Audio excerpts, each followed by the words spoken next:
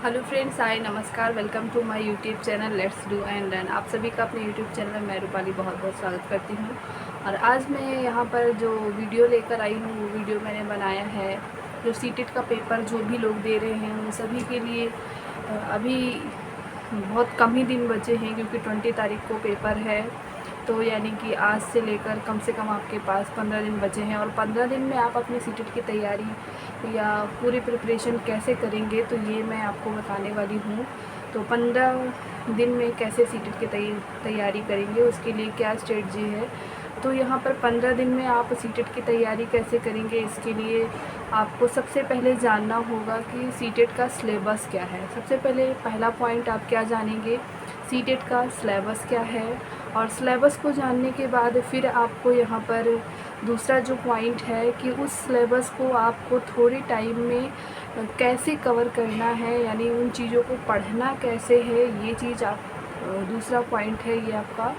और तीसरा उन पॉइंट में से मतलब कौन सी ऐसी चीज़ है, कौन सा ऐसा सब्जेक्ट है जो आपके सबसे ज़्यादा पढ़ने की ज़रूरत है, तो उस चीज़ को आप वहाँ पर मेंशन करेंगे। और अगर मैं आपको बताऊँ कि सीटेट का सिलेबस, तो सीटेट का सिलेबस हमारे ही यूट्यूब चैनल पर जाकर भी देख सकते हैं, वहाँ पर मैंने डिस्क्राइब किया है आपको सीटेट का सिलेबस। और इसके बाद अगर मैं सिलेबस के हिसाब से स्टडी करने की बात कहूँ तो बहुत ही कम दिन बचे हैं, 15 दिन। तो 15 दिन में आप ये कर सकते हैं कि जो भी मैराथन क्लासेस हैं, यानी कुछ ऐसे चैनल्स हैं जिन्होंने क्या किया है, 5 सब्जेक्ट को, आप जानते हैं इसमें 5 सब्जेक्ट आते हैं और पाँचों सब्जेक्ट को वहाँ पर उन्होंने मैराथन क्लास में एक एक क्लास में एक एक सब्जेक्ट को फिनिश किया है। तो आप ऐसी क्लासेस को अटेंड कर सकते हैं। आपको केवल 5 क्लास अटेंड करनी होंगी और ये पाँचों क्लास को आपको अच्छे से पढ़ लेना होगा कम टाइम में। उसके बाद फिर सेकंड आप ये सिलेबस तैयार कर लेंगे। उसके बाद जो अगला आप काम करेंगे वो काम क्या करेंगे, तो वो काम आपको करना होगा कि जो पढ़ी हुई चीज़ें हैं उनको आप क्या करेंगे, ज़्यादा से ज़्यादा यूट्यूब पर वीडियो देखेंगे, ऑनलाइन प्रैक्टिस सेट्स को सॉल्व करेंगे।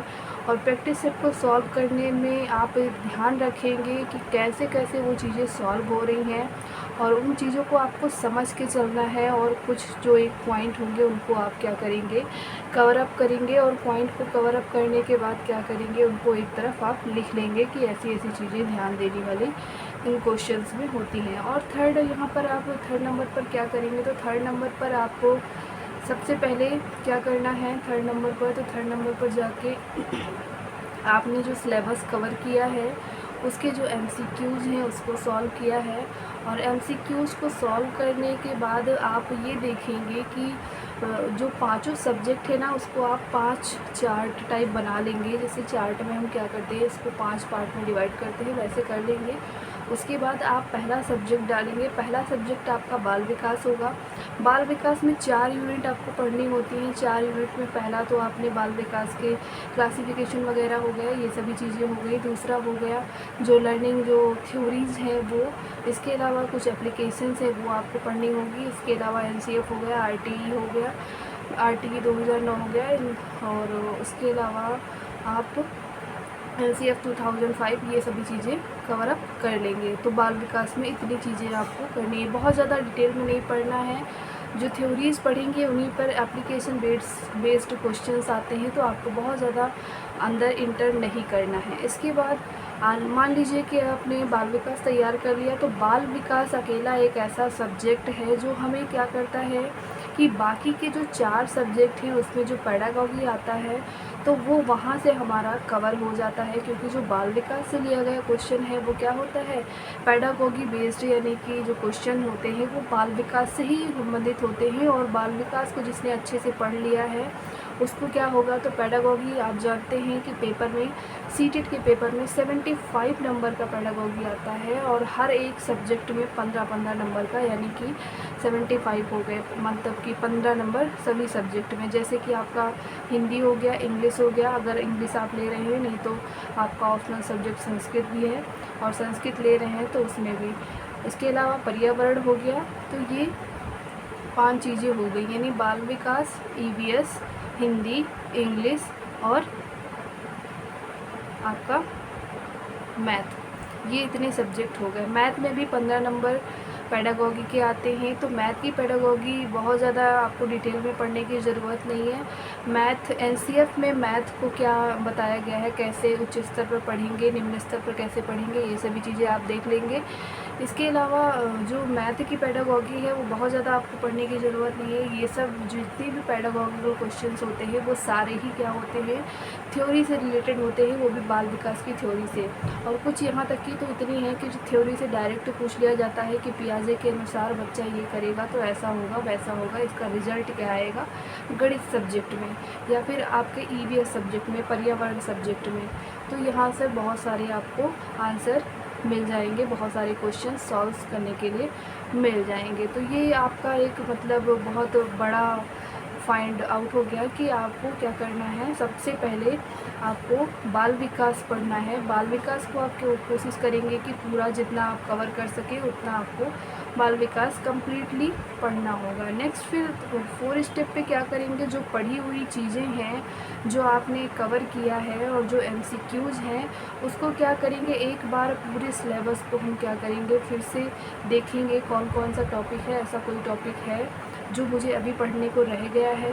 और सीटेट की एक सबसे ख़ास बात है कि यहाँ पर जो NCERT की किताबें होती हैं, यानी NCERT का जो कक्षा 1 से लेकर 5 तक की अगर आप लेवल 1 का दे रहे हैं और कक्षा 6 से लेकर 8 तक की अगर आप लेवल 2 का दे रहे हैं, तो यहाँ पर NCERT बुक पढ़ने से भी क्या होगा, आपको बहुत ही ज़्यादा फ़ायदा होगा। NCERT कवर आपको ज़रूर करना चाहिए।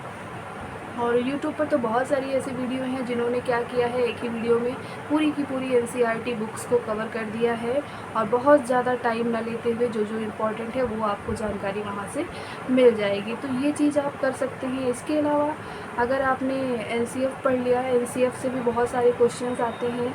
उसके अलावा आपने बाल विकास पढ़ा, बाल विकास से आपका लगभग कवर अप हो जाता है। और अगर हम EVS की बात करें तो EVS में केवल आपको क्लास 3 से लेकर क्लास 5 तक की जो EVS है NCERT की, वो ही आपको पढ़नी रहेगी। बाकी आप पेडागॉजी जो क्वेश्चन होंगे वो आपका वहाँ से सॉल्व हो जाएगा बाल विकास से और आपका NCF से। तो इतनी सारी चीज़ें आप कवर अप करेंगे।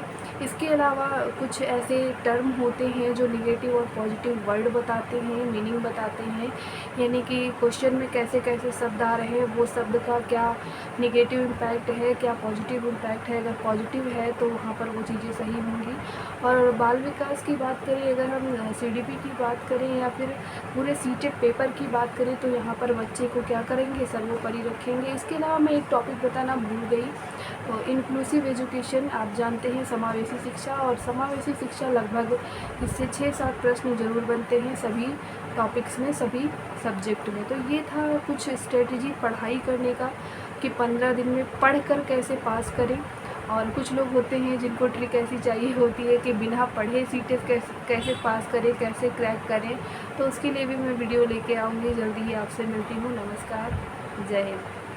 और वीडियो पसंद आ रही हो तो आप प्लीज़ चैनल को सब्सक्राइब करें। Thank you. जय हिंद।